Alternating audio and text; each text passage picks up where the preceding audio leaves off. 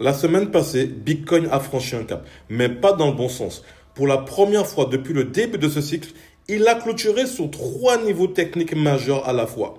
La moyenne mobile à 200 jours, la moyenne mobile à 365 jours et le coût de revient des short-term holders, ceux qui ont racheté récemment. C'est très rare, même très très très rare.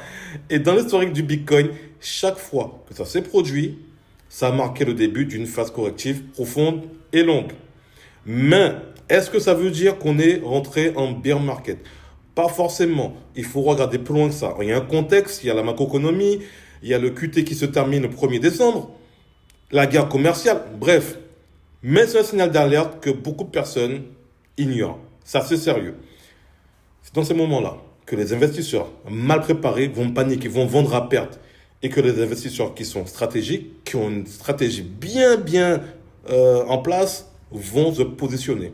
Donc c'est important de ne pas paniquer, de rester informé et surtout de ne pas agir sur l'émotion. Rappelez-vous, surtout pour ceux qui investissent sur le Bitcoin, vous êtes rentré sur le Bitcoin pour du moyen long terme. Alors pourquoi paniquer à court terme? Revenez à vos fondamentaux, revenez pourquoi vous êtes là. Il y a une raison, d'accord? Donc arrêtez de paniquer. Je ne fais pas des accusations, mais quand même, rappelez-vous pourquoi vous êtes là. Vous n'êtes pas arrivé à court terme. Sinon, votre attention à la base n'était pas bonne. Si vous commencez à paniquer comme ça, prenez du recul, dézoomez sur vos graphiques.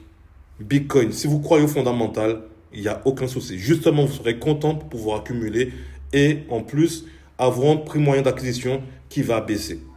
Donc pourquoi paniquer?